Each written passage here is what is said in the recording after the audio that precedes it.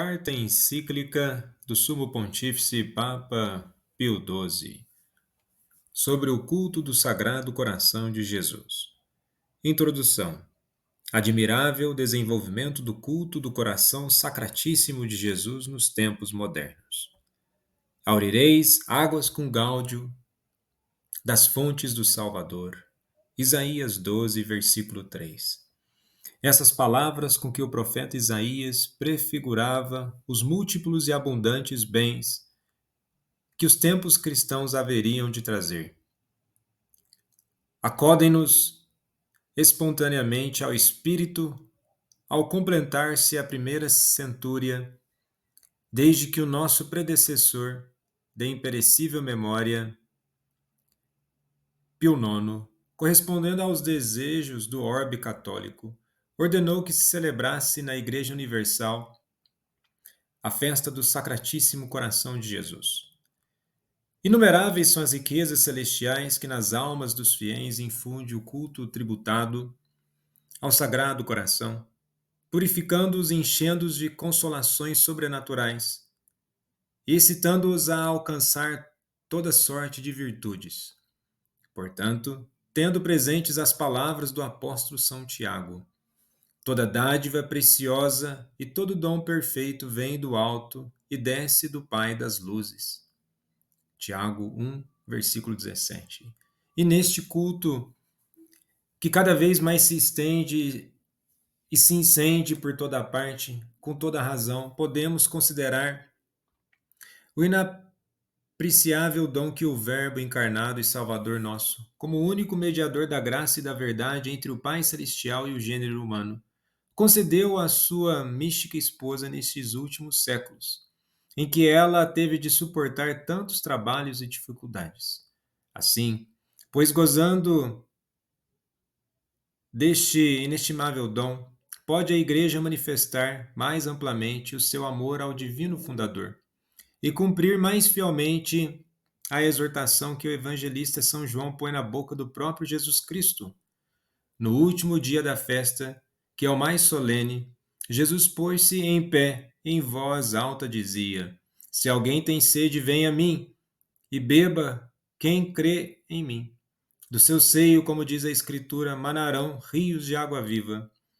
Isto o disse pelo Espírito que haveriam de receber os que nele crescem. João 7, do versículo 37 ao 39.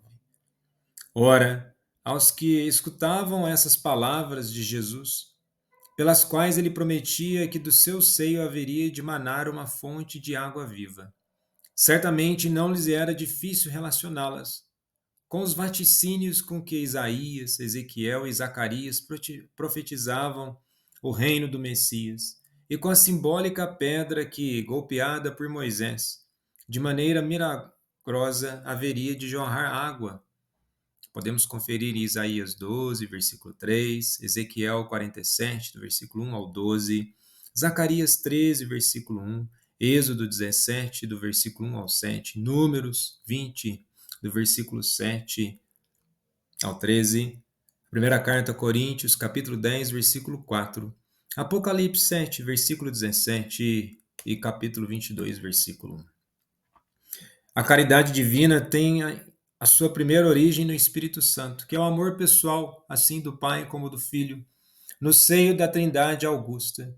Com sobradíssima razão, pois o apóstolo das gentes, como que fazendo-se eco das palavras de Jesus Cristo, atribuiu a esse espírito de amor a efusão da caridade nas almas dos crentes. A caridade de Deus foi derramada nos nossos corações por meio do Espírito Santo, que nos foi dado, conforme está em Romanos 5, versículo 5. Este estreito vínculo, que segundo a Sagrada Escritura, existe entre o Espírito Santo, que é o amor por essência, e a caridade divina, que deve acender-se cada vez mais na alma dos fiéis. Demonstra abundantemente a todos nós, veneráveis irmãos, a natureza íntima do culto que se deve tributar ao coração de Jesus Cristo. Com efeito, se lhe considerarmos a natureza particular, manifesto é que este culto é um ato de religião excelentíssimo, visto exigir de nós uma plena e inteira vontade de entrega e consagração ao amor do Divino Redentor, do qual é sinal e símbolo vivo o seu coração traspassado. Consta igualmente, em sentido ainda mais profundo, que este culto aprofunda a correspondência do nosso amor ao amor divino, pois só é em virtude da caridade se obtém que os homens se submetam mais perfeita e inteiramente ao domínio de Deus, já que o nosso amor de tal maneira se apega à divina vontade, que vem a fazer-se uma coisa só com ela, consoante aquelas palavras. Quem está unido ao Senhor é com ele um mesmo espírito, conforme primeira carta a Coríntios, capítulo 6, do versículo 17. Parte 1. Fundamentos e prefigurações do culto ao Sagrado Coração de Jesus no Antigo Testamento. Em compreensão da verdade, da verdadeira natureza do culto ao coração sacratíssimo de Jesus por parte de alguns cristãos. Conquanto a Igreja em tão grande estima tenha tido sempre e ainda tenha o culto do Sacratíssimo Coração de Jesus, a ponto de empenhar-se em fomentá-lo e propagá-lo por toda parte entre o povo cristão, e conquanto se esforce diligentemente por defendê-lo contra o naturalismo e o sentimentalismo. Todavia, é muito doloroso verificar que no passado e em nossos dias alguns cristãos não têm esse nobilíssimo culto na honra e estima devidas, e às vezes não o têm nem mesmo aqueles que se dizem animados de zelo sincero pela religião católica e pela própria perfeição. Se o conhecesses o dom de Deus, conforme está em João 4, versículo 10. Servimos-nos dessas palavras, veneráveis irmãos, nós que por disposição divina fomos constituídos guardas e dispensores do tesouro da fé e da religião que o Divino Redentor entregou à sua Igreja, para admoestar todos aqueles dos nossos filhos que, apesar de vencendo a indiferença e os erros humanos, já haver o culto do Sagrado Coração de Jesus penetrado no seu corpo místico, ainda abrigam preconceitos para com ele, e chegam até reputá-lo menos adaptado, para não dizer nocivo, às necessidades espirituais mais urgentes da Igreja e da humanidade na hora presente. Porque não falta quem, confundindo ou equiparando a índole primária desse culto com as diversas formas de devoção que a Igreja aprova e favorece, mas não prescreve e tem como um acréscimo que cada um pode praticar à vontade, e alguns há também que consideram oneroso este culto, e mesmo de nenhuma outra pouca utilidade, especialmente para os militantes do reino de Deus, empenhados em consagrar o melhor das suas energias, dos seus recursos e do seu tempo à defesa da verdade católica, para ensiná-la e propagá-la, e para difundir a doutrina social católica, fomentando práticas religiosas e obras por eles julgadas mais necessárias nos nossos dias. Por último, há quem creia que este culto, longe de ser um poderoso meio para estabelecer e renovar os costumes cristãos na vida individual e familiar, é antes uma devoção sensível, não informada em altos pensamentos e afetos, e, portanto, mais própria para mulheres do que para pessoas cultas. Outros, finalmente, ao considerarem que esta devoção pede penitência, expiação e outras virtudes, sobretudo os que se chamam passivas, por não produzirem frutos externos, já julgam a propósito para reacender a piedade, a qual deve tender cada vez mais à ação intensa, encaminhada ao triunfo da fé católica e à valente defesa dos costumes cristãos, aos quais hoje, como todos sabem, se veem facilmente infectados pelo indiferentismo, que não reconhece nenhum critério para distinguir o verdadeiro do falso, no modo de pensar e de agir, e assim se vê, lamentavelmente, aliados pelos princípios do materialismo ateu e do laicismo. Estima e bênção dos sumos pontífices ao culto do Sagrado Coração de Jesus. Quem não vê, veneráveis irmãos, quão alheias são essas opiniões do sentir dos nossos predecessores, que desta cátedra de verdade publicamente aprovaram o culto do Sacratíssimo Coração de Jesus?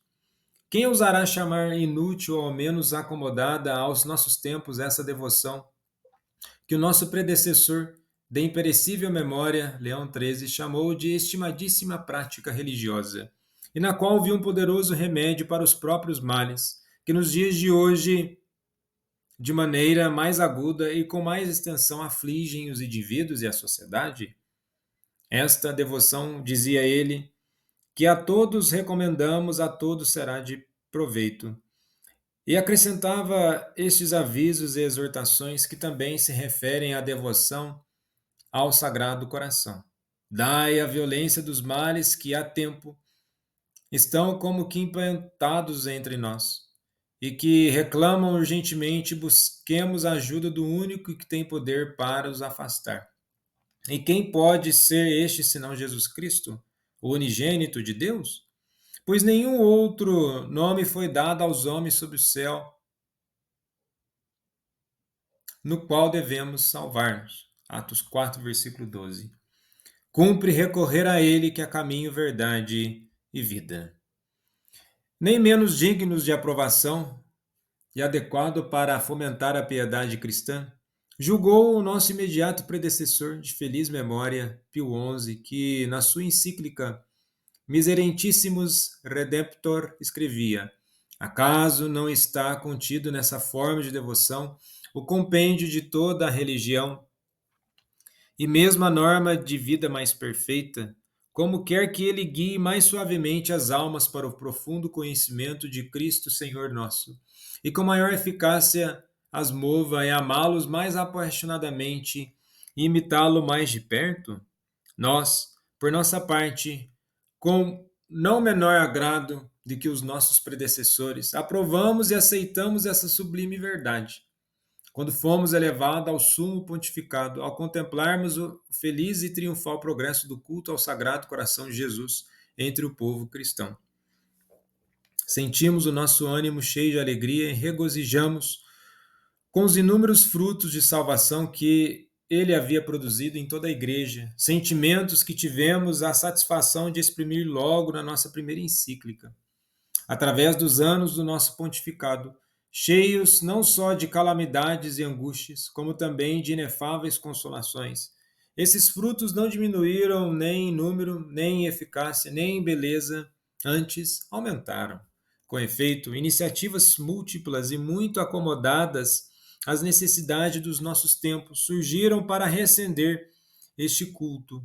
Referimos-nos às associações destinadas à cultura intelectual e à promoção da religião e da beneficência, as publicações de caráter histórico, ascético e místicos encaminhadas a este mesmo fim, as piedosas práticas de reparação e, de modo especial, as manifestações de ardentíssima piedade que têm promovido o apostolado da oração e cujo zelo e atividade se deve ao se haver em famílias, colégios, instituições e mesmo algumas nações consagrando ao Sacratíssimo Coração de Jesus. E não raras vezes, por ocasião dessas manifestações de culto, mediante cartas, discursos e mesmo radiomensagens, temos expressado a nossa paternal complacência. Portanto, ao vermos que tamanha abundância de águas, quer dizer, de dons celestiais do supremo amor, que tem brotado do sagrado coração do nosso Redentor, se derramam sobre incontestáveis filhos da Igreja Católica, por obra e inspiração do Espírito Santo. Não podemos, veneráveis irmãos, deixar de exortar-vos com ânimo paterno, a que juntamente conosco tributeis louvores e profundas ações de graças ao dispensador de todos os bens, repetindo essas palavras do apóstolo das gentes, aquele que é poderoso para fazer acima de toda medida, com incomparável excesso, mais do que pedimos ou pensamos, segundo o poder que desenvolve em nós a sua energia. A ele glória na Igreja e em Cristo Jesus por todas as gerações, nos séculos dos séculos. Amém. Carta aos Efésios, capítulo 3, versículo 20 ao 21. Mas depois de tributarmos as devidas graças ao Deus eterno, queremos, por meio desta encíclica, exortar-vos a vós e a todos os amadíssimos alhos da Igreja a mais atenta consideração dos princípios doutrinais contidos na Bíblia, nos santos padres e nos teólogos, principais nos quais, como em sólidos fundamentos, se apoia o culto do Sacratíssimo Coração de Jesus.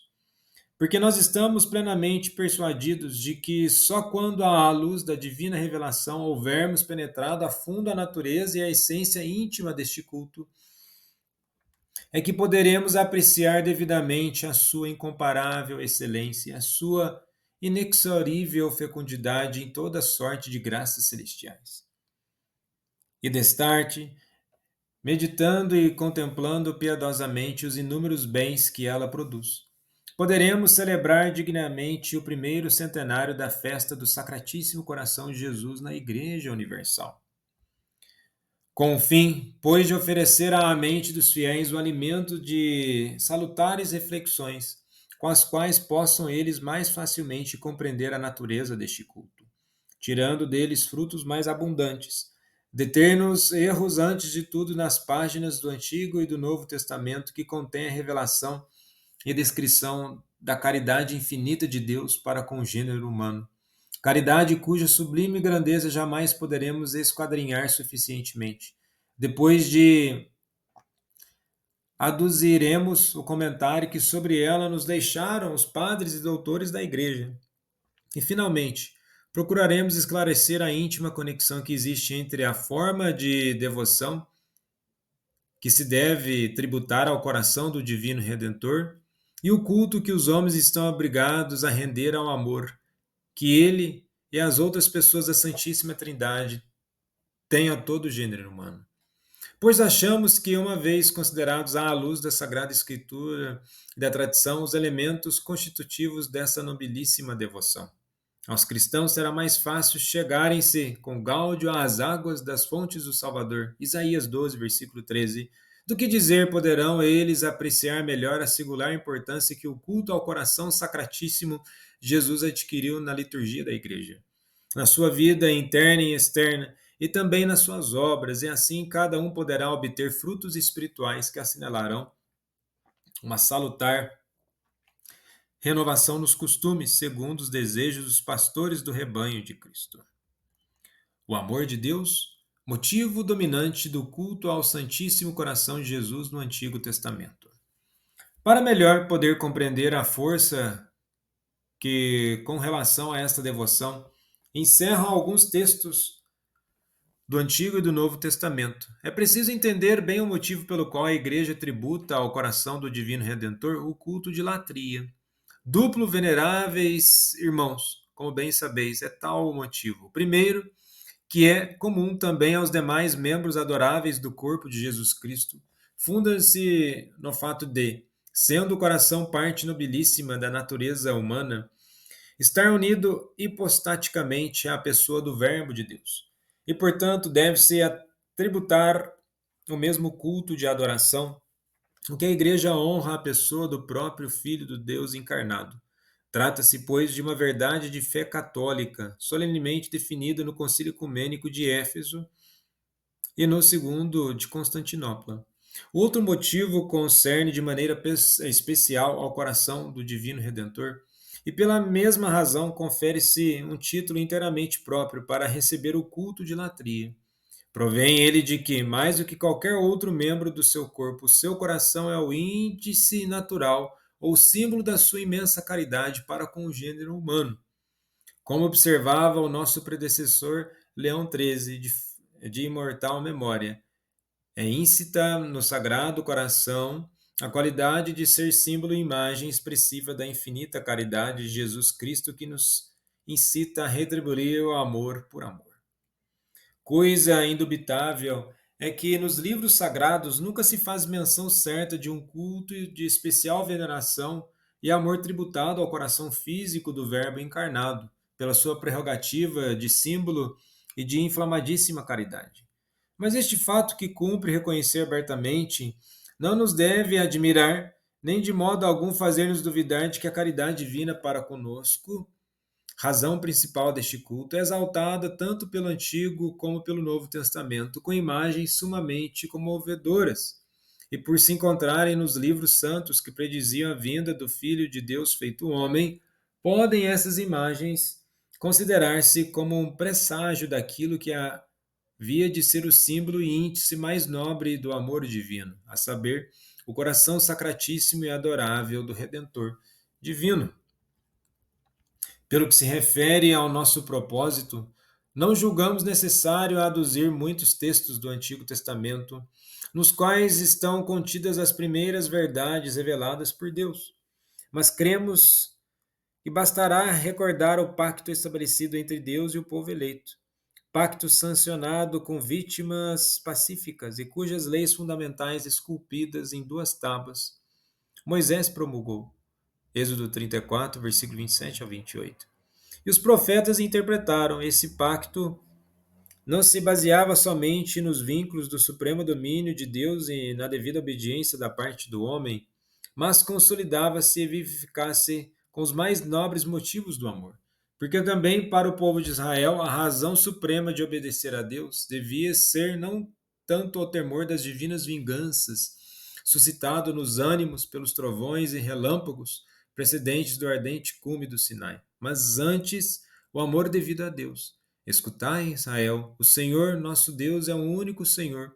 Amarás, pois, o Senhor teu Deus de todo o coração, com toda a tua alma e com todas as tuas forças. E essas palavras que hoje te ordeno estarão sobre o teu coração. Deuteronômio 6, versículo 4 ao 6. Não nos deve, pois, causar estranheza que Moisés e os profetas, aos quais o doutor Angélico chama com razão os maiorais do povo eleito, compreendendo bem que o fundamento de toda a lei se baseava neste mandamento do amor. Descrevem-se as relações todas existentes entre Deus e sua nação, recorrendo às semelhanças tiradas do amor recíproco entre pai e filhos, ou do amor dos esposos, em vez de representá-las com imagens severas inspiradas no supremo domínio de Deus, ou na nossa devida servidão cheia de temor.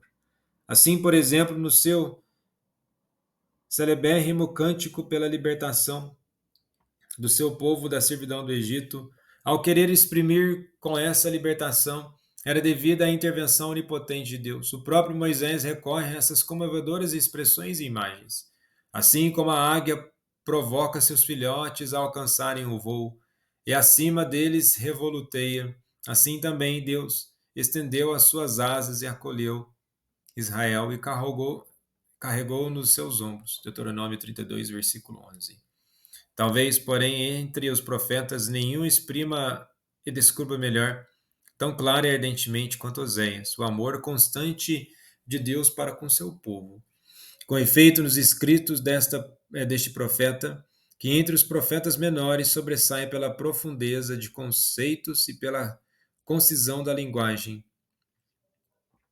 Deus é descrito amando seu povo escolhido com um amor justo e cheio de santa solicitude. Qual é o amor de um pai cheio de misericórdia e de amor, ou de um esposo ferido na sua honra?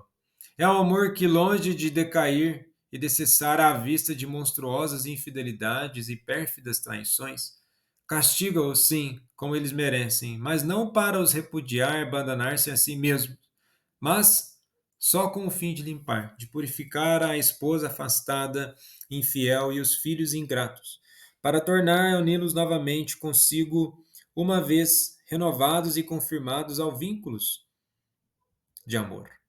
Quando Israel era criança, amei-o, e do Egito chamei meu filho. Ensinei Efraim a andar, tomei-os nos seus braços, mas eles não reconheceram que eu cuidava deles.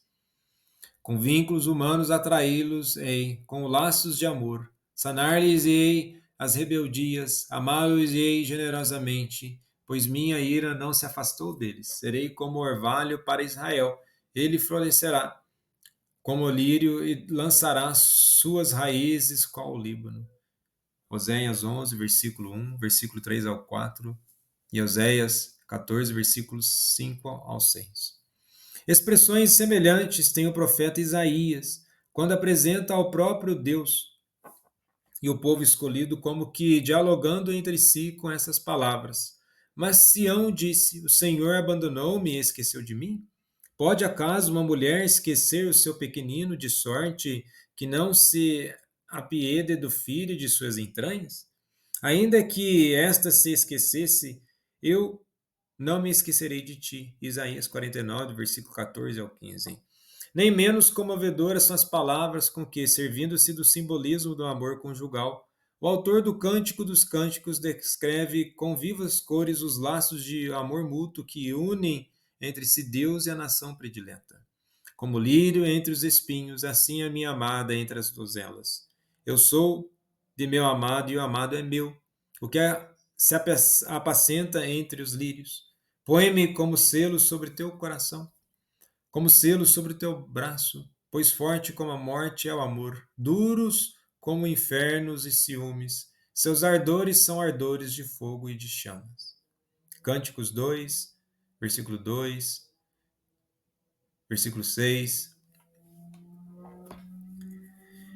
E com todo esse amor terníssimo, indulgente e longâmine, mesmo quando se indigna pelas repetidas infidelidades do povo de Israel, Deus nunca chega a repudiá-lo definitivamente. Mostra-se sim veemente e sublime, mas contudo, em substância, isso não passa do prelúdio daquela inflamadíssima caridade que o Redentor prometido havia de mostrar a todos com seu amantíssimo coração, e que ia ser o modelo do novo amor e a pedra angular da nova aliança, porque em verdade só aquele que é o unigênito do Pai e o Verbo feito carne, cheio de graça e de verdade, tendo descido até os homens, oprimidos de inúmeros pecados e misérias, podia fazer brotar da sua natureza humana, unida hipostaticamente à sua pessoa divina, o manancial de água viva que regasse copiosamente a terra árida da humanidade, transformando-a em florido e fértil jardim. E essa obra é admirável que o amor misericordioso e eterno de Deus devia realizar. De certo modo, já aparece prenunciá-lo o profeta Jeremias com estas palavras: Amei-te com amor eterno, por isso atraí-te a mim cheio de misericórdia. Eis que vem dias, afirma o Senhor, em que pactuarei com a casa de Israel, com a casa de Judá, uma nova aliança. Este será o pacto que eu concertarei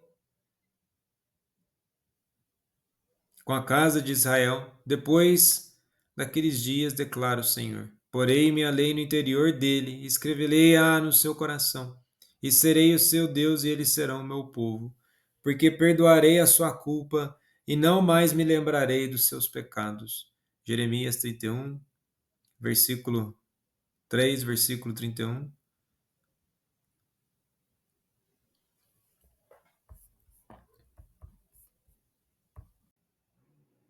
Parte 2. Legitimidade do culto ao Santíssimo Coração de Jesus, segundo a doutrina do Novo Testamento e da tradição. O amor de Deus no mistério da encarnação redentora segundo o Evangelho. Mas somente pelo Evangelho chegamos a conhecer com perfeita clareza que a nova aliança estipulada entre Deus e a humanidade, aliança da qual a pactuada por Moisés entre o povo e Deus, foi somente uma prefiguração simbólica. E o vaticínio de Jeremias, mera predição, é aquela que o Verbo encarnado estabeleceu e levou à prática, merecendo-nos a graça divina. Esta aliança é incomparavelmente mais nobre e mais sólida, porque a diferença da precedente não foi sancionada com sangue de cabritos e novilhos, mas com o sangue sacrossanto daquele que esses animais pacíficos e privados de razão prefiguravam, o Cordeiro de Deus que tira o pecado do mundo, conforme está em João 1, versículo 29, Hebreus 9, versículo 18 ao 28 e capítulo 10, do versículo 1 ao 17.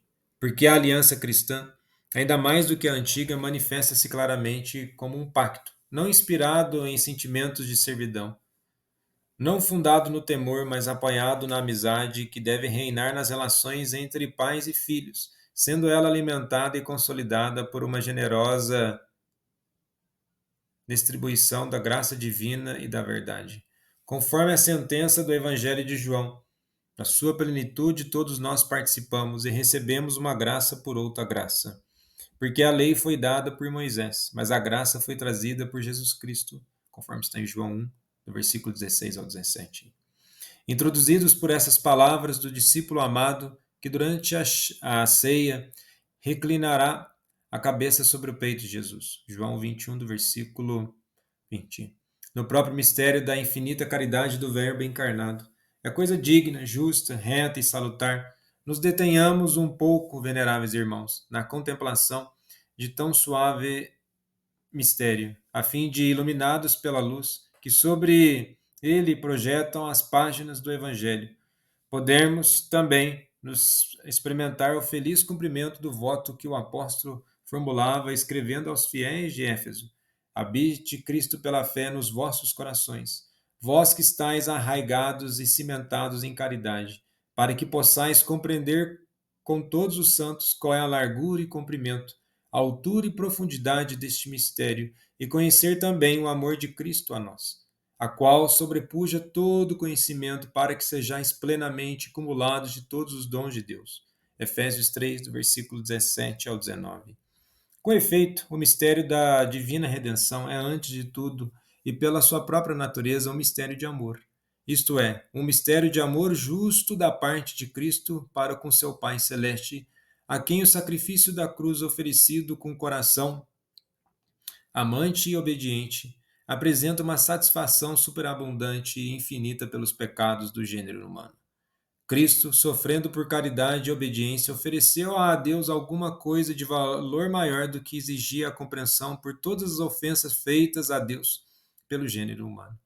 Além disso, o mistério da redenção é um mistério de amor misericordioso da augusta Trindade e do divino Redentor para com a humanidade inteira, visto que, sendo totalmente incapaz de obedecer a Deus, uma satisfação condigna pelos seus próprios delitos, mediante a impercustrável riqueza de méritos que nos ganhou com a efusão do seu precioso sangue, Cristo pode restabelecer e aperfeiçoar aquele pacto de amizade entre Deus e os homens, violado pela primeira vez no paraíso terrestre por culpa de Adão e depois inúmeras vezes pela infidelidade do povo escolhido. Portanto, havendo na sua qualidade de nosso legítimo e perfeito mediador, e sob o estímulo de uma caridade energética para conosco, conciliando as obrigações e compromissos do gênero humano com os direitos de Deus, o Divino Redentor foi, sem dúvida, o autor daquela maravilhosa reconciliação entre a divina justiça e a divina misericórdia, a qual justamente constituiu a absoluta transcendência do mistério da nossa salvação, tão sabiamente expresso pelo doutor Angélico com essas palavras. Convém observar que a libertação do homem mediante a paixão de Cristo foi conveniente tanto para a justiça como para a misericórdia do mesmo Cristo. Antes de tudo, para a justiça, porque com a sua paixão Cristo satisfez pela culpa do gênero humano e, por conseguinte, pela justiça de Cristo foi o homem libertado. Em segundo lugar, para a misericórdia, porque não sendo possível ao homem satisfazer pelo pecado que manchava toda a natureza humana, deu-lhe Deus um reparador na pessoa de seu filho. Ora, isto foi, da parte de Deus, um gesto de mais generosa misericórdia do que se ele houvesse perdoado os pecados sem exigir qualquer satisfação. Por isso está escrito: Deus, que é rico em misericórdia, movido pelo excessivo amor com que nos amou, quando estávamos mortos pelos pecados, deu-nos vida juntamente em Cristo. Éfeso 2, versículo 4. Tríplice amor do Redentor para com o gênero humano, divino, espiritual e sensível. Mas, a fim de, na medida que isso é dado aos homens mortais, poderdes compreender com todos os santos qual é a largura e o comprimento e a altura e a profundidade. Efésios 3, versículo 18. Da insondável caridade do Verbo encarnado para com seu Pai Celestial e para com os homens manchados de tantas culpas, convém ter bem presente que o amor não foi unicamente espiritual, como convém a Deus, visto que Deus é Espírito. João 4, versículo 24.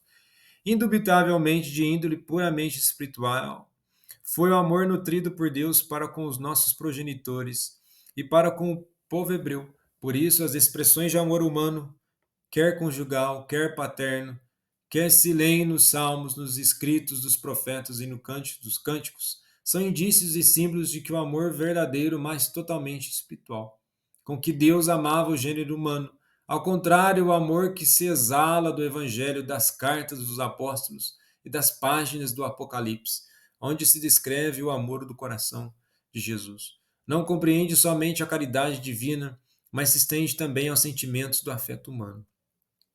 Para todo aquele que faz profissão de fé católica, essa verdade é indiscutível. Com efeito, o Verbo de Deus não tomou um corpo ilusório e fictício, como já no primeiro século da era cristã ousaram afirmar alguns hereges, que atraíram a severa condenação do apóstolo João, porque muitos sedutores que não confessam a Jesus Cristo encarnado espalham-se pelo mundo.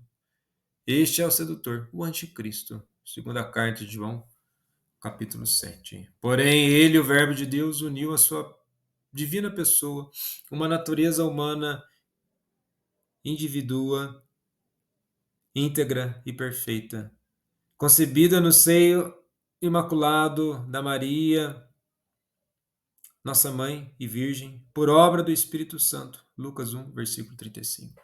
Nada, pois, faltou à natureza humana assumida pelo Verbo de Deus. Em verdade, ele a possui sem nenhuma diminuição, sem nenhuma alteração, tanto nos elementos constitutivos espirituais quanto nos corporais.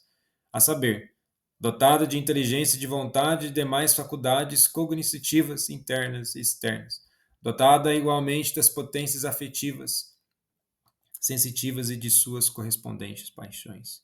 É isso que ensina a Igreja Católica, por estar sancionado e solenemente confirmado pelos romanos pontífices e pelos concílios ecumênicos.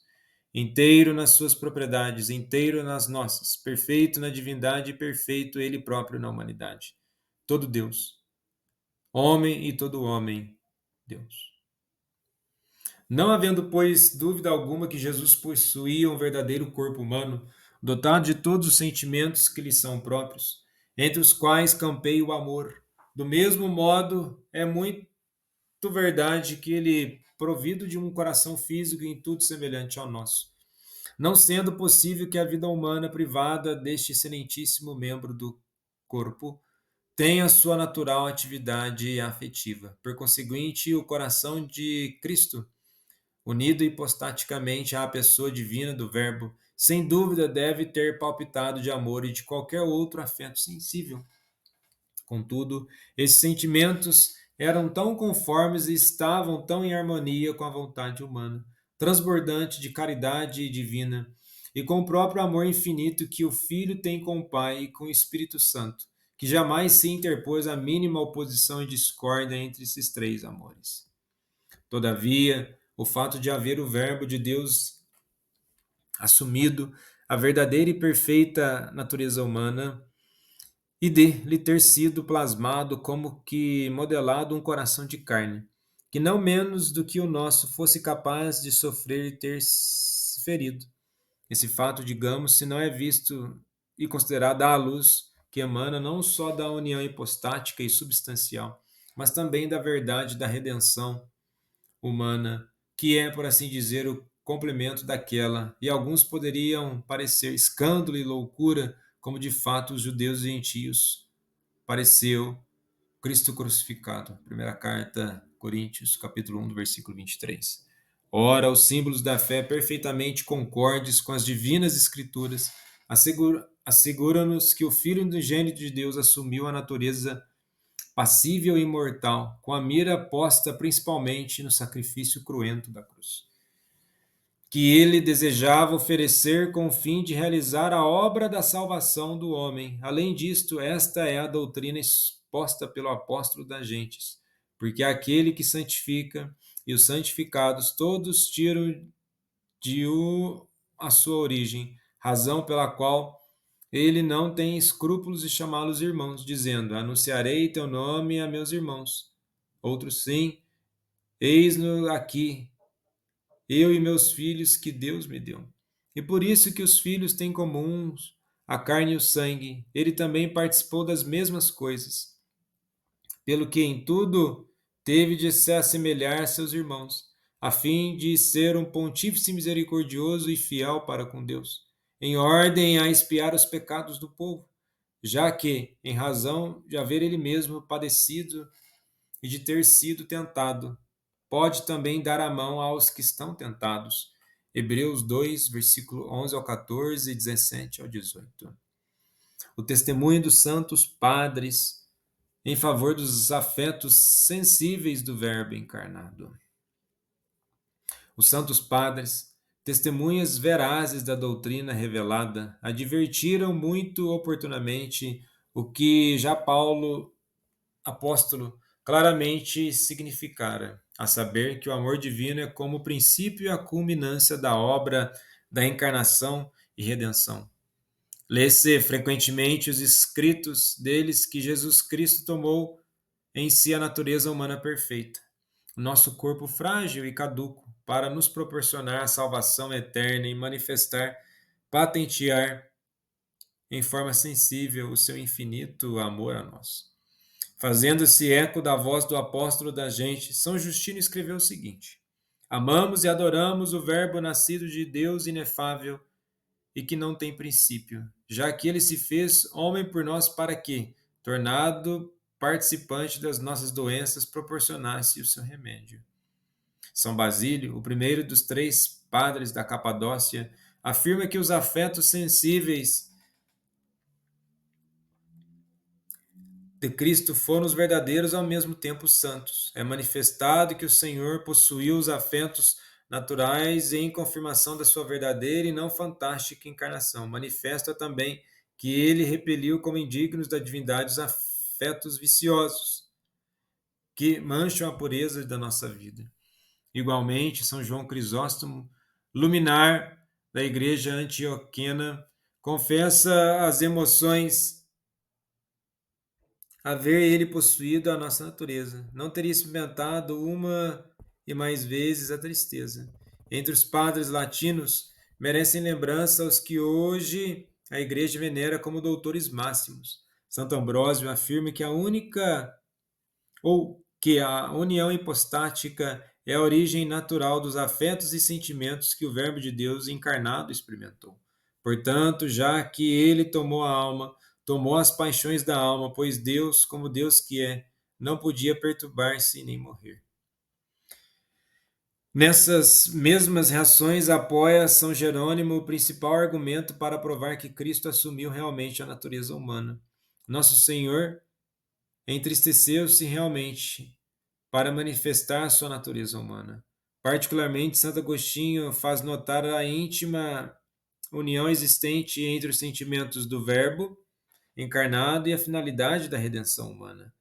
O Senhor revestiu-se dos afetos da fragilidade humana, do mesmo modo que aceitou a fragilidade da nossa carne e a morte desta, não por necessária coação, mas sim pelo estímulo da misericórdia para assimilar a si o seu corpo, que é a igreja, da qual ele dignou ser a cabeça, ou seja, assimilar seus membros em seus santos e fiéis, de modo que, se, por efeito das tentações humanas, alguns deles se entristecem e sofressem, nem por isso pensasse estar privado do influxo da sua graça. E assim como o coro fica alerta à voz de quem lhe dá o tom, assim também o seu corpo soubesse da sua cabeça que por si mesmos tais movimentos não são pecado, senão somente indício da humana fragilidade. E com maior concisão e não menor força, essas passagens de São João Damasceno atestam a doutrina da Igreja. O Deus tomou todo o homem e o todo se uniu ao todo para proporcionar a salvação do homem todo. De outra maneira, não teria ele podido sanar aquilo que não assumiu. Tomou, pois, tudo para santificar tudo. O simbolismo natural do coração de Jesus, afirmado veladamente na Sagrada Escritura e nos Santos Padres. Bem, verdade é que nem os autores sagrados, nem os padres da igreja que citamos e outros semelhantes, embora aprovem abundantemente que Jesus Cristo esteve sujeito aos sentimentos e afetos humanos, e que por isso precisamente tomou a natureza humana a fim de nos proporcionar a eterna salvação. Contudo, não atribuem concretamente ditos afetos ao seu coração fisicamente considerado, apontando nele o símbolo de seu amor infinito. Embora os evangelistas e os outros autores sacros não nos descrevem abertamente o coração do nosso Redentor, não menos vivo e sensível do que o nosso. E as palpitações e estremecimentos devido às diversas emoções e afetos da sua alma e a ardentíssima caridade de sua dupla vontade. Todavia, frequentemente põe em relevo o seu divino amor e as emoções sensíveis com ele relacionados: o desejo, a alegria, a tristeza, o temor e a ira, consoante as expressões do seu olhar, das suas palavras e dos seus gestos, e principalmente o rosto adorável de nosso Senhor e Salvador. Foi, sem dúvida, o índice e como que o espelho fidelíssimo dos afetos, que promovendo-lhe de vários modos a alma, à semelhança das ondas que se entrechocam, chegavam ao seu coração santíssimo e lhe excitavam as pulsões. Na verdade, a propósito de Jesus Cristo, vale também o que o doutor Angélico, ensinando pela experiência, observa em matéria de psicologia humana e dos fenômenos dela derivados. A turbação que a ira produz repercute nos membros externos e principalmente naqueles em que mais se reflete a influência do coração, como são os olhos, o semblante e a língua. Com muita razão, pois o coração do Verbo encarnado é considerado o índice e símbolo do tríplice amor com que o Divino Redentor ama continuadamente o Eterno Pai e todos os homens. Ele é, antes de tudo, símbolo do divino amor, que nele é comum com o Pai e o Espírito Santo, e que só nele, como Verbo encarnado, se manifesta por meio do caduco e frágil instrumento humano, pois nele habita corporalmente a plenitude da divindade. Colossenses 2, versículo 9.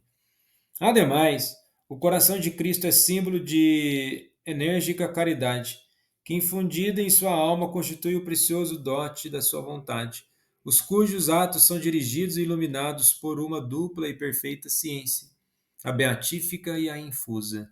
Finalmente, e isso de modo mais natural e direto, o coração de Jesus é símbolo do seu amor sensível, já que o corpo de Jesus Cristo plasmado no seio imaculado da Virgem Maria por obra do Espírito Santo supera em perfeição e, portanto, em capacidade perceptiva qualquer outro organismo humano. Instruídos pelos sagrados textos e pelos símbolos da fé acerca da perfeita consonância e harmonia reinante na alma Santíssima de Jesus Cristo e a respeito do fato de haver ele dirigido com finalidade redentora todas as manifestações do seu tríplice amor. Com toda segurança podemos contemplar e venerar no coração do Redentor divino a imagem eloquente da sua caridade e o testemunho da nossa redenção, e como que é uma mística escada para subir ao complexo de Deus, nosso Salvador.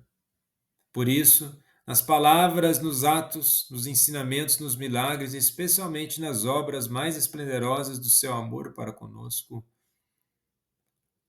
como a divina instituição da Eucaristia e sua dolorosa paixão e morte, a benigna doação de sua Santíssima Mãe, a fundação da Igreja para proveito nosso e finalmente a missão do Espírito Santo sobre os apóstolos e sobre nós. Em todas essas obras, repetimos, devemos admirar outros tantos testemunhos do seu tríplice amor e meditar as pulsões do seu coração, com as quais ele quis medir os instantes de sua peregrinação terrena até o momento supremo em que atestam os evangelistas. Clamando com grande voz, disse: Tudo está consumado. Inclinando a cabeça, entregou o Espírito, conforme está em Mateus 27, versículo 50, João 19, versículo 30. Então o seu coração parou e deixou de bater, e o seu amor sensível permaneceu como que suspenso, até que, triunfando da morte, ele se levantou do sepulcro, depois que seu corpo conseguiu o estado da glória semi-eterna e se uniu novamente à alma do divino Redentor, vitorioso da morte, O seu coração sacratíssimo nunca deixou e nem deixará de palpitar com imperturbável e plácida pulsão, nem tampouco cessará de demonstrar o espírito e demonstrar o tríplice amor com que o Filho de Deus se une a seu Pai eterno, à humanidade inteira, de quem é com pleno direito a cabeça mística. Parte 3. Participação ativa e profunda que teve o Sagrado Coração de Jesus na missão salvadora do Redentor. O Sagrado Coração de Jesus, símbolo de amor perfeito, sensível, espiritual, humano e divino, durante a vida terrena do Salvador. Agora, veneráveis irmãos, para que dessas piedosas considerações possamos tirar abundantes e salutares frutos, bom é meditarmos e contemplarmos brevemente os múltiplos afetos e divinos de nosso Salvador Jesus Cristo, dos quais, durante o curso da sua vida mortal, o seu coração participou e continua agora participando e não deixará de participar por toda a eternidade. Nas páginas do Evangelho é onde, principalmente, encontraremos a luz pela qual, iluminados e fortalecidos, poderemos penetrar no segredo deste divino coração e admirar com o apóstolo das gentes as abundantes riquezas da graça de Deus na bondade usada conosco por amor de Jesus Cristo. Efésios 2, versículo 7. A adoração ao coração de Jesus Cristo pulsa de amor ao mesmo tempo humano e divino desde que a Virgem Maria pronunciou aquela palavra magnânima. Fiat, e o Verbo de Deus, como nota o apóstolo, ao entrar no mundo disse: Não quiseste sacrifício nem oferenda, mas me apropriaste um corpo. Holocaustos pelo pecado não te agradam. Então disse: Eis que venho, segundo está escrito de mim no princípio do livro, para cumprir, ó Deus, a tua vontade. Por essa vontade, pois somos santificados pela oblação do corpo de Cristo feito uma só vez. Hebreus 10, versículo 5 ao 7 e versículo 10. De maneira semelhante, palpitava de amor o seu coração, em perfeita harmonia com os afetos da sua vontade humana e com o seu amor divino, quando na casa de Nazaré ele mantinha aqueles celestiais colóquios de sua dulcíssima mãe e seu pai adotivo, São José, a quem obedecia e com quem colaborava no fadigante ofício de carpinteiro. Este mesmo tríplice amor movia o seu coração nas suas contínuas excursões apostólicas, quando realizava aqueles inúmeros milagres, quando ressuscitava os mortos ou restituía a saúde a toda sorte de enfermos. Quando sofria aqueles trabalhos, suportava o suor, a fome e a sede, nas vigílias noturnas passadas em oração a seu Pai amado, e finalmente nos discursos que pronunciava e nas palavras que eu propunha, especialmente naquelas que tratam de misericórdia, como a da dracma perdida e da ovelha desgarrada e do filho pródigo. Nessas palavras e nessas obras, como diz Gregório Magno, manifesta-se o próprio coração de Deus. Conhece o coração de Deus nas palavras de Deus, para que com mais ardor suspires pelas coisas eternas. De amor ainda maior pulsava o coração de Jesus Cristo, quando da sua boca saíram palavras que inspiravam amor ardente. Assim, para dar um exemplo, quando ao ver as pessoas cansadas e famintas, ele disse: Tenho compaixão desta multidão. Marcos 8, versículo 2. E quando, ao avistar Jerusalém, a sua cidade predileta, destinada a uma ruína fatal por causa da obstinação no pecado, exclamou: Jerusalém, Jerusalém, que mata os profetas e apedreja os que não os que estão que são enviados. Quantas vezes eu quis recolher teus filhos, como a galinha recolhe debaixo das asas os seus pintinhos, e não quiseste. Mateus 23, versículo 37. O seu coração também palpitou de amor para com seu pai, e de santa indignação quando ele viu o comércio sacrilégio que se fazia no templo, e verberou os violadores com essas palavras: Escrito está: minha casa não será chamada casa de adoração, mas vós fizestes dela uma espelunca de ladrões. Mateus 21, versículo 13. Pois o seu coração bateu particularmente de amor e de pavor quando ele viu iminente a hora dos seus cruéis padecimentos e quando, experimentando uma repugnância natural às dores e à morte, exclamou: Meu Pai, se é possível, afasta-se de mim este cálice. Mateus 26, do versículo 39. Palpitou com amor invicto que com sua suma amargura, quando ao receber o beijo do traidor, dirigiu-lhe aquelas palavras que parecem um convite último do seu coração misericordioso ao amigo que com ânimo ímpio, infiel e obstinado devia entregá-los aos seus algozes. Amigo, a que vieste? Com um beijo entregas o filho do homem? Mateus 26, capítulo 50, Lucas 22, capítulo 48.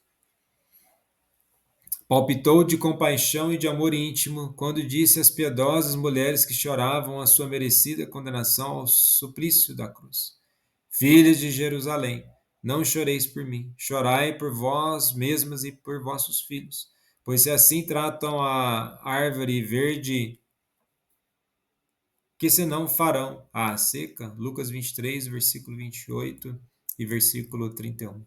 Finalmente, quando o divino Redentor pendia na cruz, sentiu seu coração arder dos mais vários e veementes afetos, isto é, de afetos de amor ardente, de consternação, de misericórdia, de exemplo ou de desejo inflamado, de paz serena. Estamos claramente manifestados naquelas palavras: Pai, perdoa-lhes porque eles não sabem o que fazem. Lucas 23, versículo 34. Deus meu, por que me abandonastes? Mateus 27, do versículo 46. Em verdade te digo que hoje estarás comigo no paraíso. 23, versículo 43, no Evangelho de São Lucas. Tenho sede.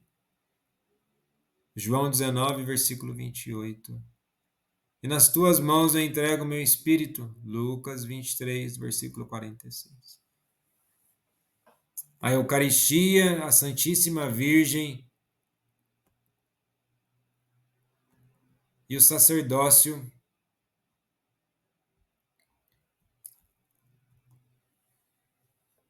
são dons do coração amado de Jesus. Quem poderá descrever dignamente as pulsões do coração divino, índices do seu infinito amor, naqueles momentos que ele deu aos seus homens e seus mais apreciados dons, isto é, a si mesmo no sacramento da Eucaristia, sua Mãe Santíssima e participação no ofício sacerdotal? Ainda antes de celebrar a última ceia com seus discípulos, ao pesar e pensar em que ia instituir o sacramento do seu corpo e do sangue, com cuja confusão devia confirmar-se a nova aliança, sentiu o seu coração agitado de intensa emoção que ele manifestou aos seus apóstolos com essas palavras: Ardentemente desejei comer convosco este cordeiro pascal antes da minha paixão. Emoção que, sem dúvida, foi ainda mais veemente quando ele tomou o pão, deu graças, partiu e deu-los a ele, dizendo: Isto é meu corpo, que se dá por vós, fazei isso em memória de mim. E aqui temos o Evangelho de Lucas 22, versículo 19 ao 20. Com razão, pois pode-se afirmar que a divina Eucaristia, como sacramento que ele dá aos homens e como sacrifício que ele mesmo continuadamente imola, desde o nascente até o poente, e também o sacerdócio, são sem dúvida dons do Sagrado Coração de Jesus. Dom igualmente precioso do mesmo Sagrado Coração é, como indicávamos, a Santíssima Virgem, Mãe excelsa de Deus e Mãe amadíssima de todos nós. Era justo que o gênero humano tivesse por mãe espiritual aquela que foi mãe natural do nosso Redentor. A ele associada na obra de regeneração dos filhos de Eva.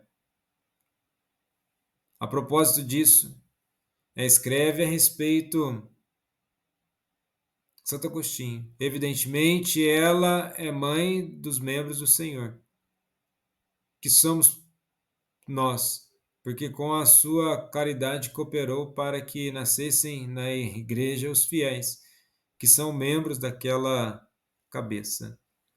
Ao dom incruento de si mesmo sob as espécies do pão e do vinho, Jesus Cristo, nosso Salvador, quis unir como testemunho da sua caridade íntima e infinita o sacrifício cruento da cruz.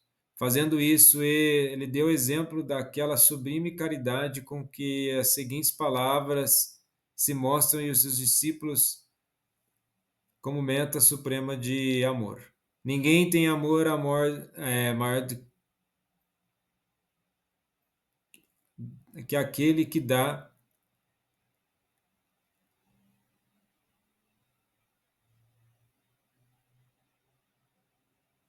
a sua vida ao próximo. Sua vida pelos amigos, né? João 15, versículo 13. Pelo que o amor de Jesus Cristo, Filho de Deus, revela o sacrifício do Gólgota de modo o mais eloquente e o amor do próprio Deus. Nisso reconhecemos a caridade de Deus, em haver Ele dado sua vida por nós, e assim nós devemos dar a nossa vida por nossos irmãos. Primeira carta de São João, capítulo 3, versículo 16. Certamente o divino Redentor foi crucificado mais pela força do amor que pela violência dos algozes. E o seu holocausto voluntário é dom supremo feito a cada um dos homens, segundo a incisiva expressão do apóstolo: amou-me e entregou-se por mim.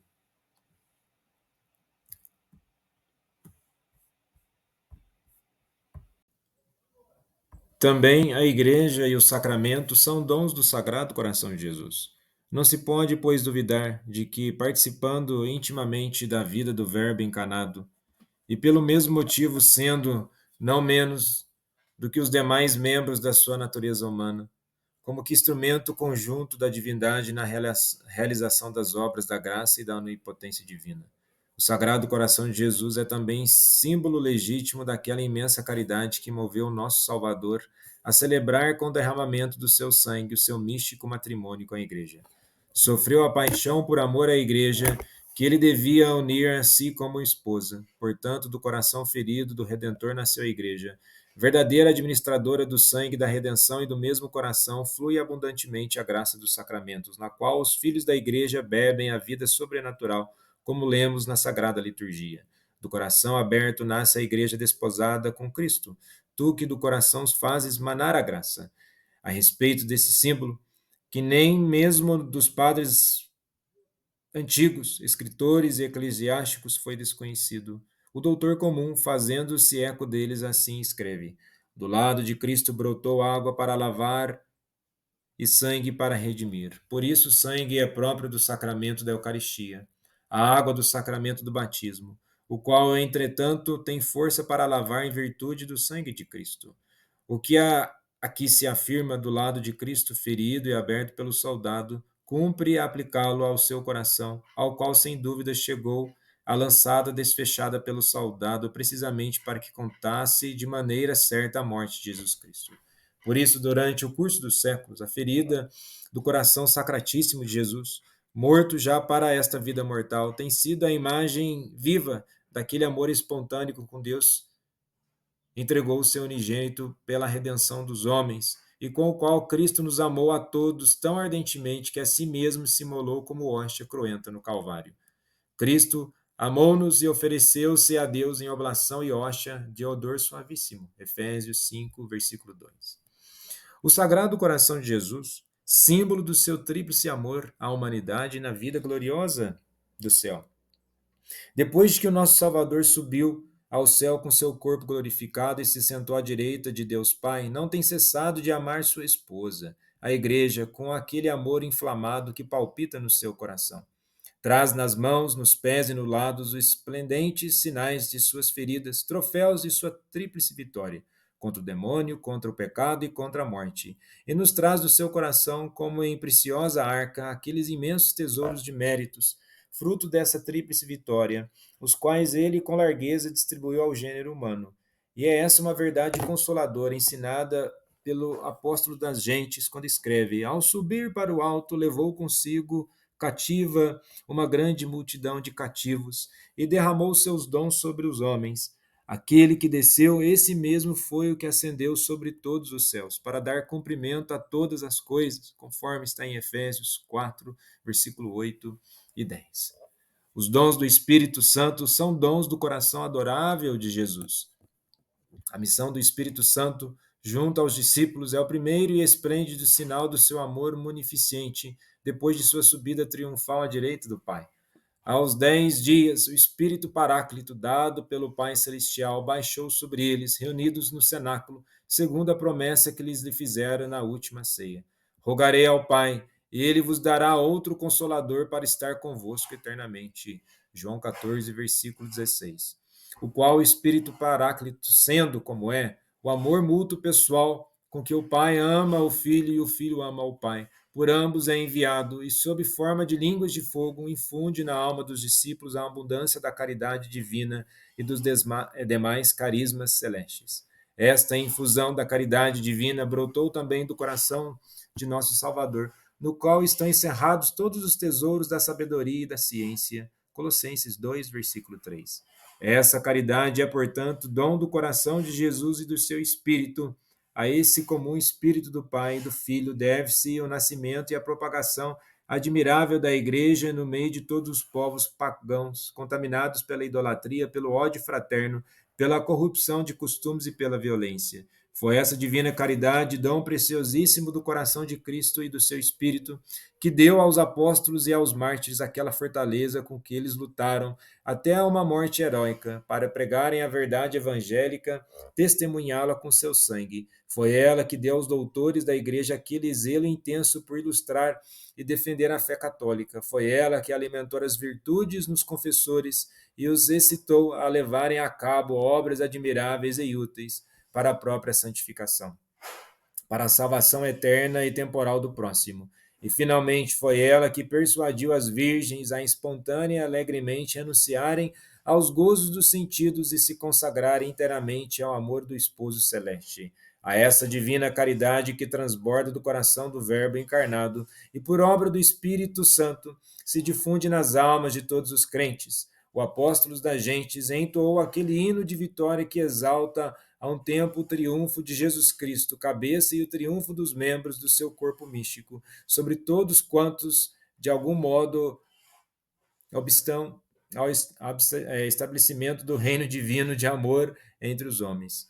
Quem poderá separar-nos do amor de Cristo? A tribulação? Ou a angústia? Ou a fome? Ou a nudez? Ou o risco? Ou a perseguição? Ou o cutelo? Por meio de todas essas coisas triunfamos por virtude daquele que nos amou, pelo qual estou seguro de que nem a morte, nem a vida, nem os anjos, nem os principados, nem as virtudes, nem o presente, nem o futuro, nem a força, nem o que está mais alto, nem mais profundo, nem outra criatura poderá jamais separar-nos do amor de Deus que se funda em Jesus Cristo nosso Senhor.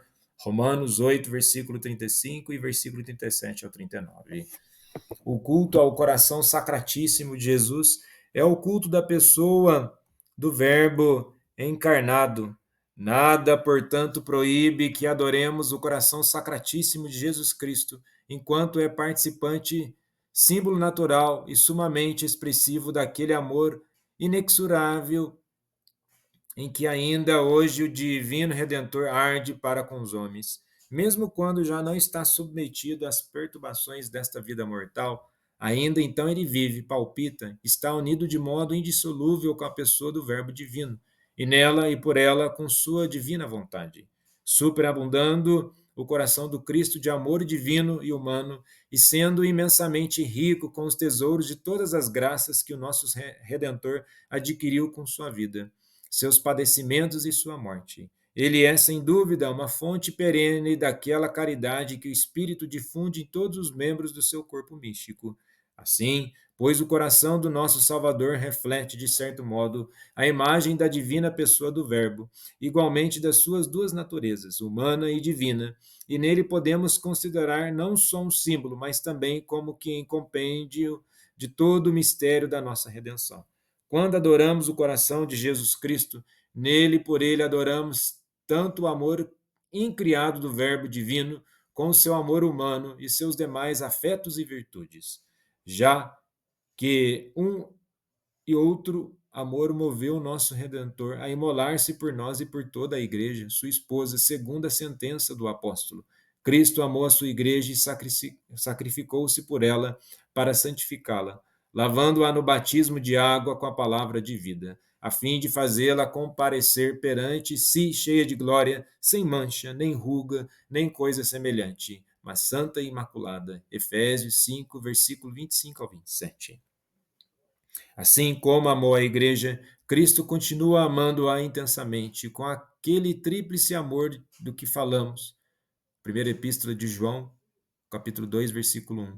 E esse amor é aquele que impele a fazer-se nosso advogado para nos obter do Pai graça e misericórdia, estando sempre vivo para interceder por nós. Hebreus 7, versículo 25. As preces que brotam do seu inesgotável amor dirigidas ao Pai não sofrem interrupção alguma, como nos dias da sua carne. Hebreus 5, versículo 7. Também agora que está triunfante no céu, ele suplica o Pai com não menor eficácia, é aquele que amou tanto o mundo que deu seu Filho unigênito, a fim de que todos que nele creem não pereçam, mas vivam vida eterna. João 3, versículo 16. Ele mostra o seu coração vivo e como ferido e inflamado de um amor mais ardente do que quando já exanime o feriu a lança do soldado romano. Por isto foi ferido o teu coração, para que pela ferida visível víssemos a ferida invisível do amor. Por conseguinte, não pode haver dúvida alguma de que, ante as súplicas de tão grande advogado e feitas com tão veemente amor, o Pai Celestial, que não perdoou o seu próprio Filho, mas o entregou por todos nós. Romanos 8, versículo 32. Por meio dele derramará incessantemente todos os homens a abundância das suas graças divinas. Nascimento e desenvolvimento progressivo do culto ao Sagrado Coração de Jesus. Albores do culto ao Sagrado Coração na devoção às chagas sacrossantas da paixão. À vossa consideração, veneráveis irmãos, e a do povo cristão, quisemos expor em suas linhas gerais a íntima natureza e as perenes riquezas do culto ao coração sacratíssimo de Jesus, atendo-nos à doutrina da revelação divina como sua fonte primária. Estamos persuadidos de que estas nossas reflexões, ditadas pelo próprio ensinamento do Evangelho, mostraram claramente como, em substância, este culto não é outra coisa senão o culto ao amor divino e humano do Verbo encarnado, e também o culto àquele amor com que o Pai e o Espírito Santo amam os homens pecadores. Porque, como observa o Dr. Angélico, a caridade das três pessoas divinas é o princípio da redenção humana, nisto que, inundando copiosamente a vontade humana de Jesus Cristo e o seu coração adorável, com a mesma caridade o induziu a derramar o seu sangue para nos resgatar da servidão do pecado. Com o batismo tenho de ser batizado, e como me sinto oprimido enquanto ele não se cumpre. Lucas 12, versículo 50. Aliás, é persuasão nossa que o culto tributado ao amor de Deus e de Jesus Cristo para com o gênero humano, através do símbolo augusto do coração transfixado do Redentor, nunca esteve completamente ausente da piedade dos fiéis, embora sua manifestação clara e sua admirável difusão em toda a Igreja se haja realizado em tempos não muito distantes de nós, sobretudo depois que o próprio Senhor realizou este divino mistério alguns de seus filhos, após havê-los acumulado com abundância de dons sobrenaturais, e os elegeu para seus mensageiros e arautos. De fato, sempre houve almas especialmente consagradas a Deus, que, inspirando-se nos exemplos da excelsa Mãe de Deus, dos apóstolos e de insignes padres da Igreja, tributaram culto de adoração, de ação de graças, de amor à humanidade santíssima de Cristo, e de modo especial às feridas abertas do seu corpo pelos tormentos da paixão salvadora. Aliás, como não reconhecer nas próprias palavras, Senhor meu Deus e Deus meu, João 20, versículo 28, pronunciadas pelo apóstolo Tomé e reveladoras da sua súbita transformação de incrédulo em infiel, uma clara profissão de fé, de adoração e de amor, que da humanidade chagada do Salvador se elevava até a majestade da pessoa divina? Mas ainda que o coração ferido do Redentor tenha sempre levado os homens a venerarem seu infinito amor, a tempo sempre tiveram valor as palavras do profeta Zacarias que o evangelista João aplicou a Jesus crucificado. Verão a quem transpassaram. João 19, versículo 37, Zacarias 12, versículo 10. Todavia, cumpre reconhecer que só gradualmente esse coração chegou a ser objeto de culto especial, como imagem do amor humano e divino do Verbo encarnado. Princípio e progresso do culto ao coração, ao Sagrado Coração, na Idade Média e nos séculos seguintes. Querendo agora indicar somente as etapas gloriosas percorridas por este culto na história da piedade cristã. Mister recordar, antes de tudo, os nomes de alguns daqueles que bem podem ser considerados porta-estandardes dessa devoção, a qual, em forma privada e de modo gradual, foi se difundindo cada vez mais nos institutos religiosos. Assim, por exemplo, distinguindo-se por haver estabelecido e promovido cada vez mais este culto ao coração sacratíssimo de Jesus. São Boaventura, São Alberto Magno, Santa Gertrude, Santa Catarina de Sena, o Beato Henrique Susso, São Pedro Canísio e São Francisco Sales. A São João Eudes deve-se o primeiro ofício litúrgico em honra do Sagrado Coração de Jesus, cuja festa se celebrou pela primeira vez com o beneplácito de muitos bispos da França em 20 de outubro de 1672. Mas entre todos os promotores desta excelsa devoção merece lugar especial Santa Margarida Maria Lacoque, que, com a ajuda do seu diretor espiritual, do Beato Cláudio de la Combieri, e com seu ardente zelo, conseguiu, não sem a admiração dos fiéis, que este culto adquirisse um grande desenvolvimento e, revestido das características do amor e da reparação, se distinguisse das demais formas de piedade cristã. Basta essa devoção daquela época em que se propagou o culto do coração de Jesus para nos convencermos plenamente de que seu admirável desenvolvimento se deve principalmente ao fato de se achar nele em tudo conforme com a índole da religião cristã, que é a religião de amor. Por conseguinte, não se pode dizer nem que este culto deve a sua origem a revelações privadas, nem que apareceu de improviso na igreja, mas sim que brotou espontaneamente na fé viva, da piedade fervorosa de almas prediletas, intimamente comovem os corações. Evidente é, portanto, que as revelações com que foi favorecida Santa Margarida Maria não acrescentaram nada de novo à doutrina católica. A importância delas consiste em que, ao mostrar ao Senhor o seu coração sacratíssimo de modo extraordinário e singular, quis atrair a consideração dos homens para a contemplação e a veneração do amor misericordioso de Deus para com o gênero humano. De fato, mediante manifestação tão excepcional, Jesus Cristo expressamente, repetidas vezes, indicou o seu coração como símbolo com que estimular os homens ao conhecimento e à estima do seu amor, e ao mesmo tempo constituiu-o sinal e penhor da misericórdia e de graça para as necessidades da Igreja nos tempos modernos. A aprovação pontifícia da festa do coração sacratíssimo de Jesus. Prova evidente de que este culto promana das próprias fontes do dogma católica dá ao fato de haver a aprovação da festa litúrgica pela Sé Apostólica, concedida a aprovação dos escritos de Santa Margarida Maria. Na realidade, independentemente de toda a revelação privada, e secundando só os desejos dos fiéis, por decreto de 25 de janeiro de 1765, aprovado pelo nosso predecessor Clemente XIII,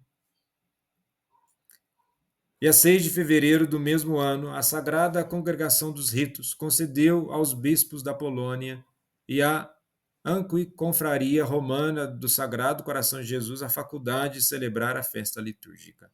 Com esse ato, quis a Santa Sé que tomasse novo incremento o culto já em vigor, cujo fim era reavivar simbolicamente a lembrança do amor divino que levara ao Salvador a fazer-se vítima de expiação pelos pecados dos homens. A essa primeira aprovação, dada em forma de privilégio, ilimitadamente seguiu-se a distância de quase um século, outra de importância muito maior, a expressa em termos mais solenes.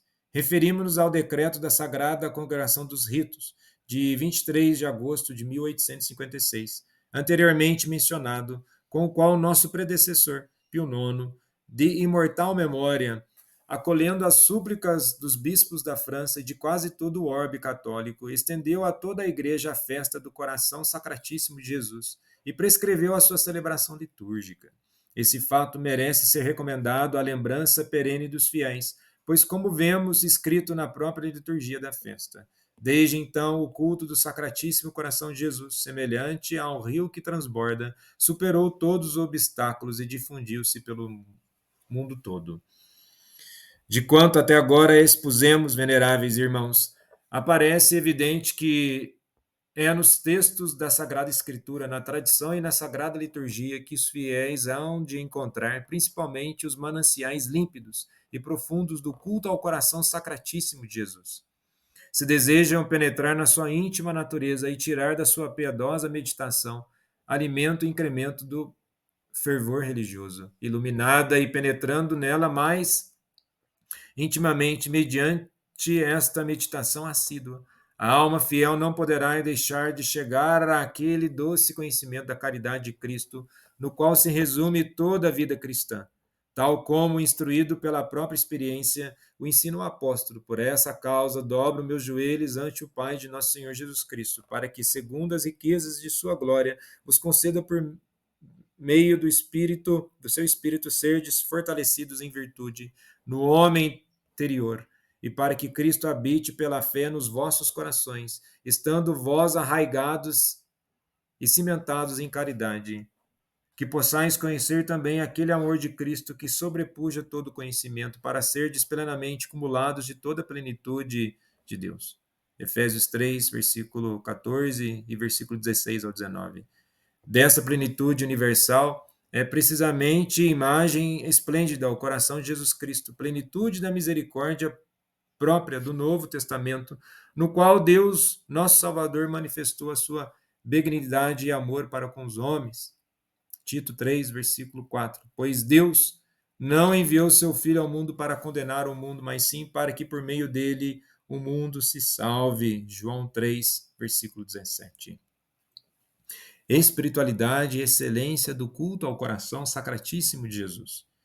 Desde quando promulgou os primeiros documentos oficiais relativos ao culto do coração sacratíssimo de Jesus, tem sido constante persuasão da Igreja, mestra na verdade para os homens, que os elementos essenciais deste culto, quer dizer, os atos de amor e de reparação tributados ao amor infinito de Deus para com os homens, longe de estarem contaminados de materialismo e de superstição, constitui uma forma de piedade em que se põe plenamente em prática aquela religião espiritual e verdadeira que o próprio Salvador anunciou à samaritana. Já chega o tempo, e já estamos nele, em que os verdadeiros adoradores adorarão o Pai em espírito e em verdade. João 4, versículo 23 e 24. Lícito não é, portanto, afirmar que a contemplação do coração físico de Jesus impede de chegar ao amor íntimo de Deus e o retarda o progresso da alma no caminho que leva à posse das mais excelsas virtudes. A Igreja repele completamente esse falso misticismo, como por boca do nosso predecessor Inocêncio XI, de feliz memória, condenou a doutrina dos que divulgavam que não devem as almas desta via interior fazer atos de amor à Santíssima Virgem, aos santos, à humanidade de Cristo, porque, sendo sensíveis a esses objetos, o amor que eles se dirigem também há de ser sensível. Nenhuma criatura, nem mesmo a Santíssima Virgem e os santos, deve penetrar no nosso coração, porque só Deus quer ocupá-lo e possuí-lo. Os que assim pensam são naturalmente de opinião que o simbolismo do coração de Cristo não se estende a mais do que seu amor sensível, e que, por conseguinte, não pode constituir novo fundamento do culto de latria, culto reservado só àquilo que é essencialmente divino. Ora, interpretação semelhante das sagradas imagens, todos veem que é absolutamente falsa, porque lhes coarta injustamente o significado. Contrária é a isso a opinião e o ensino dos teólogos católicos, e entre eles São Tomás assim escreve: as imagens tributa-se culto religioso, não consideradas em si mesmo, quer dizer, enquanto realidades, mas sim enquanto imagens que nos levam até Deus encarnado. O movimento da alma para a imagem, enquanto imagem, não é para nesta, mas tende ao objeto por ela representado. Por conseguinte, do fato de tributar culto religioso às imagens de Cristo, não resulta num culto de latria diverso, nem mesmo uma virtude de religião diferente. A própria pessoa do Verbo chega, pois, o culto relativo tributado às suas imagens, sejam estas as relíquias da sua acerba paixão, sejam a imagem que supera todas em valor expressivo, quer dizer, o coração ferido de Cristo crucificado. E assim, do elemento corpóreo, que é o coração de Jesus Cristo e do seu natural simbolismo, é legítimo e justo que, levados pelas asas da fé, nos elevemos não só à contemplação do seu amor sensível, porém a mais alto, até a consideração e adoração do seu excelentíssimo amor infuso. E finalmente, num voo sublime e doce ao mesmo tempo, até a meditação e adoração do amor divino do Verbo encarnado, já que a luz da fé, pela qual cremos que na pessoa de Cristo estão unidas a natureza humana e a natureza divina. Podemos conceber os estreitíssimos vínculos que existem entre o amor sensível do coração físico de Jesus e o seu duplo amor espiritual, o humano e o divino. Em realidade, não devem esses amores ser considerados simplesmente como coexistentes na adorável pessoa do Redentor divino, mas também como unidos entre si com vínculo natural. Nisto que ao amor divino estão subordinados o humano, o espiritual e o sensível, os quais são uma representação analógica daquele. Com isso, não pretendemos que no coração de Jesus se deva ver e adorar a chamada imagem formal, quer dizer, a representação perfeita e absoluta do seu amor divino, não sendo possível como é. Representar adequadamente por qualquer imagem criada a íntima essência desse amor. Mas a alma fiel, venerando o coração de Jesus, adora juntamente com a igreja o símbolo e como que a marca da caridade divina, caridade que, com o coração do Verbo encarnado, chegou até a amar o gênero humano contaminado de tantos crimes. Portanto, neste assunto tão importante como delicado, é necessário ter sempre presente que a verdade do simbolismo natural, que relaciona o coração físico de Jesus com a pessoa do Verbo, repousa toda na verdade primária da união hipostática. Quem isto negasse renovaria erros mais de uma vez condenados pela Igreja, por contrários à unidade da pessoa de Cristo em duas naturezas íntegras e distintas. Essa verdade fundamental permite-nos entender como o coração de Jesus é o coração de uma pessoa divina, quer dizer, do Verbo encarnado, que, por conseguinte, representa e nos põe ante os olhos todo o amor que nele nos teve e ainda nos tem. E aqui esta razão, porque, na prática, o culto ao Sagrado Coração é considerado como a mais completa profissão da religião cristã. Verdadeiramente, a religião de Jesus Cristo funda-se toda no homem-Deus mediador, de maneira que não se pode chegar ao coração de Deus senão passando pelo coração de Cristo, conforme o que ele mesmo afirmou. Eu sou o caminho, a verdade e a vida. Ninguém vem ao Pai senão por mim. João 14, versículo 6. Assim sendo, facilmente deduzimos que pela própria natureza das coisas, o culto ao Sacratíssimo Coração de Jesus é o culto ao amor com que Deus nos amou por meio de Jesus Cristo. E, ao mesmo tempo, o exercício do amor que nos leva a Deus e aos outros homens. Ou, dito por outra forma, este culto dirige-se ao amor de Deus para conosco, propondo como objeto de adoração, de ação de graças e de imitação. e tem por fim a perfeição do nosso amor a Deus e aos homens mediante o cumprimento cada vez mais generoso do mandamento novo, que o Divino Mestre legou como sagrada herança aos seus apóstolos, quando lhes disse: O novo mandamento vos dou, que vos ameis uns aos outros como eu vos amei. O meu preceito é que vos ameis uns aos outros como eu vos amei. João 13, versículo 34, 15, versículo 12. Esse mandamento verdadeiramente é novo e o próprio de Cristo, porque, como diz São Tomás de Aquino, pouca diferença há entre o Antigo e o Novo Testamento. Pois, como diz Jeremias, farei um pacto novo com a casa de Israel. Jeremias 31, versículo 31. Porém, que este mandamento se praticasse no Antigo Testamento a impulsos de um santo temor e amor. Isto pertencia ao Novo Testamento, de sorte que este mandamento existia na antiga lei, não como própria dela, porém como preparação da nova lei. Exortação à prática mais pura e mais extensa do culto ao Sagrado Coração de Jesus. Convite a compreender e praticar melhor as várias formas da devoção ao coração de Jesus. Antes de terminarmos as considerações tão belas e tão consoladoras que vos estamos fazendo sobre a natureza autêntica deste culto e sua cristã excelência, nós, cônscios do ofício apostólico, confiado em primeiro lugar a São Pedro, depois que ele por 3 vezes professou o seu amor a Jesus Cristo, nosso Senhor, julgamos conveniente, veneráveis irmãos, exortar-vos uma vez mais, e por vosso intermédio exortar todos os caríssimos filhos que em Cristo temos. Aqui vos esforceis com crescente entusiasmo por promover essa suavíssima devoção, pois confiamos que dela hão de brotar grandes proveitos também nos nossos tempos. Em verdade, se ponderam devidamente os argumentos em que se funda o culto ao coração ferido de Jesus. Todos verão claramente não se tratar aqui de uma forma qualquer de piedade, que se possa pospor a outras ou ter em menos, mas sim de uma prática religiosa sumamente apta para conseguir a perfeição cristã. Se, segundo o conceito teológico tradicional expresso pelo Dr. Angélico, a devoção não é uma outra coisa senão a vontade pronta de se dedicar a tudo que se relaciona com o serviço de Deus.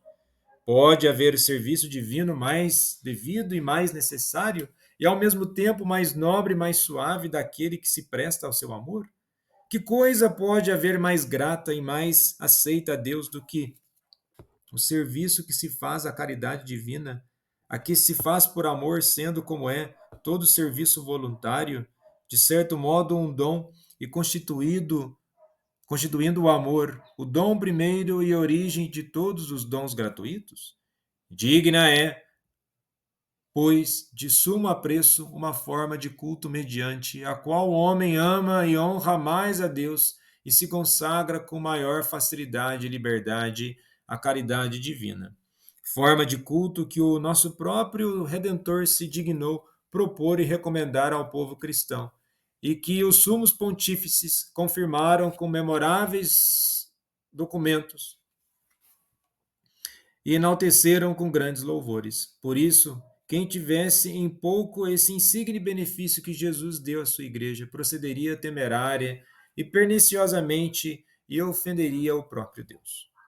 Isso posto, não se pode duvidar de que os cristãos que honram o Sacratíssimo Coração do Redentor cumprem o dever, por demais gravíssimo, que eles têm de servir a Deus, e que justamente se consagram a si mesmos e todas as suas coisas, seus sentimentos interiores e sua atividade exterior, ao seu Criador e Redentor, e que desse modo observam aquele divino mandamento: amarás o Senhor teu Deus com todo o teu coração, com toda a tua alma, com toda a tua mente e com todas as tuas forças. Marcos 12, versículo 30, Mateus 22, versículo 37. Além disso, tenha certeza de que honrar a Deus não os movem principalmente o proveito pessoal, corporal e espiritual, temporal ou eterno, e sim a bondade do próprio Deus, a quem eles procuram obsequiar com correspondência de amor, com atos de adoração e com a devida ação de graças. Se assim não fora, o culto ao Sacratíssimo Coração de Jesus não corresponderia ao caráter genuíno da religião cristã, visto com tal culto o homem não honraria principalmente o amor divino e não sem motivo, como às vezes sucede. Poder-se-eia increpar de excessivo amor e solicitude de si mesmos, e os que entendem mal esta nobilíssima devoção ou não a praticam convenientemente. Tenham, pois, todos a firme persuasão de que no culto ao Augustíssimo Coração de Jesus, o mais importante não são as práticas externas de piedade, e que o motivo principal de abraçá-lo não deve ser a esperança dos benefícios que Cristo, nosso Senhor, prometeu em revelações, e estas privadas, precisamente para que os homens cumpram com mais fervor os principais deveres da religião católica, a saber, o dever do amor e o da expiação. E assim também obtenham da melhor maneira o seu próprio proveito espiritual. Exortamos, pois, todos os nossos filhos em Cristo a praticarem com entusiasmo esta devoção, tanto os que costumam beber as águas salutares que manam do coração do Redentor, como, sobretudo, os que, à guisa de espectadores, olham de longe com curiosidade e dúvida. Considerem esses com atenção tratar-se, como já dissemos, de um culto desde há tempos arraigado na Igreja e que se apoia solidamente nos próprios evangelhos, de um culto em favor do qual está claramente a tradição e a sagrada liturgia, e que os próprios pontífices romanos exaltaram com muitos e grandes louvores, pois se não contentarem em instituir uma festa em honra do coração do Redentor e estendê-la a toda a Igreja, mas ainda tomaram a iniciativa de dedicar e consagrar com rito solene todo o gênero humano ao mesmo Sacratíssimo Coração. Considerem, finalmente, os frutos copiosos e consoladores que a Igreja tem colhido desta devoção. Inúmeras conversões à religião católica, a fé de muitos reavivada, a união mais estreita dos cristãos com o amantíssimo Redentor. Frutos, esses todos, que, sobretudo nestes últimos decênios, têm sido observados com a maior frequência e esplendor. Ao contemplarmos este magnífico espetáculo da extensão e do fervor com que a devoção ao Sacratíssimo Coração de Jesus se tem propagado em toda a classe de fiéis, sentimos-nos cheios de alegria e de consolação, e depois de darmos as devidas graças ao nosso Redentor, que é o tesouro infinito de bondade, não podemos deixar de nos congratular paternalmente com todos que têm contribuído eficazmente para promover este culto, pertençam eles ao clero ou às fileiras dos simples fiéis. Grande utilidade do culto ao Sagrado Coração de Jesus nas atuais necessidades da Igreja. Veneráveis irmãos, embora a devoção ao Sagrado Coração de Jesus tenha produzido em toda parte frutos salutares de vida cristã, contudo ninguém ignora que a Igreja militante na terra, e sobretudo a sociedade civil, ainda não alcançaram o grau de perfeição que corresponde aos desejos de Jesus Cristo, esposo místico da Igreja e redentor do gênero humano. Não são poucos os filhos da Igreja que, com numerosas manchas e rugas, deturpam o rosto materno que em si mesmo refletem. Nem todos os cristãos brilham por santidade de costumes, a qual por vocação divina são chamados. Nem todos os pecadores que em má hora abandonaram a casa paterna têm voltado para de novo vestir-se nela com a veste preciosa. Lucas 15, versículo 22. E pôr no dedo o anel, símbolo da fidelidade para com o esposo de sua alma. Nem todos os infiéis se incorporaram ainda ao corpo místico de Cristo. Há mais, porque se bem que nos encha de amarga dor o ver a fé definhar nos bons e contemplar como, pelo falaz atrativo dos bens terrenos, lhes decresce nas almas e aos poucos se apaga o fogo da caridade divina. Muito mais nos atormentam as maquinações dos ímpios, que agora mais do que nunca parecem incitados pelo inimigo infernal no seu ódio implacável e aberto contra Deus, contra a igreja e, sobretudo, contra aquele que se representa na terra a pessoa do divino Redentor e sua caridade para com os homens, consoante a conhecidíssima frase do doutor de Milão. Pedro é interrogado sobre aquilo de que há dúvida, mas não o duvida o Senhor.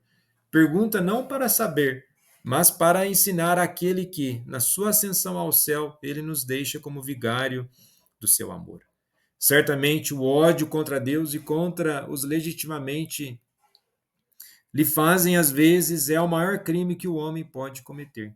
Criado como foi este à imagem e semelhança de Deus, destinado a gozar de sua amizade perfeita e eterna no céu, visto que por meio ódio a Deus, o homem se afasta o mais possível do sumo bem, sente-se impelido a repelir-se de si e do seu próximo tudo quanto vem de Deus, tudo quanto une com Deus, tudo quanto conduz a gozar de Deus, ou seja, a verdade, a virtude, a paz e a justiça.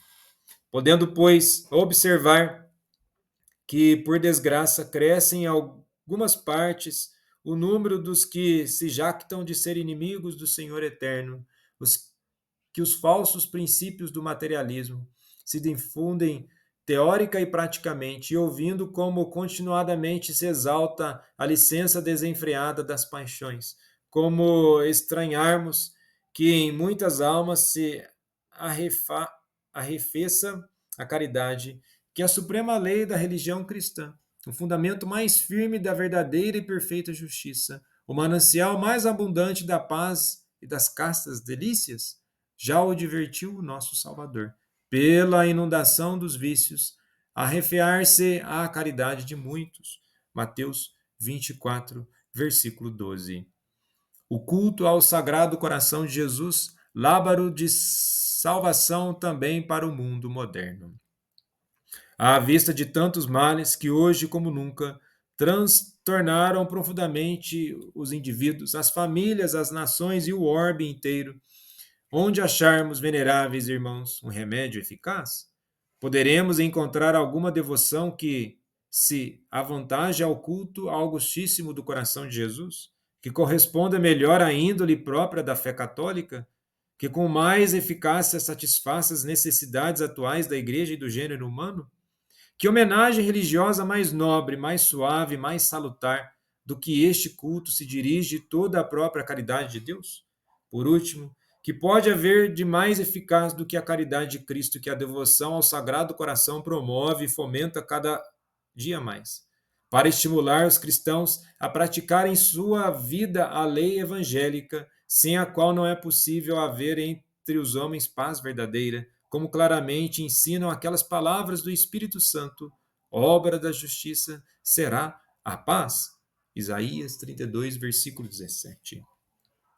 Pelo que, seguindo o exemplo do nosso imediato antecessor, queremos lembrar de novo a todos os nossos filhos em Cristo a exortação ao inspirar o século passado. Leão 13, de feliz memória, dirigiu a todos os cristãos e a quantos se sentiam sinceramente preocupados com sua própria salvação e com a salvação da sociedade civil. Vede hoje ante vossos olhos um segundo lábaro Consolador divino, o Sacratíssimo Coração de Jesus, que brilha com refulgente esplendor por entre as chamas. Nele devemos por toda a nossa confiança, a ele devemos suplicar e a ele devemos esperar a nossa salvação. Também vivamente desejamos que todos os que se gloriam do nome de cristãos e lutam ativamente por estabelecer o reino de Jesus Cristo no mundo, considerem a devoção ao Sagrado Coração de Jesus como bandeira e manancial de unidade, de salvação e paz. Ninguém pense que esta devoção prejudique no quer que seja as outras formas de piedade com que, sob a direção da Igreja, o povo cristão venera o Divino Redentor.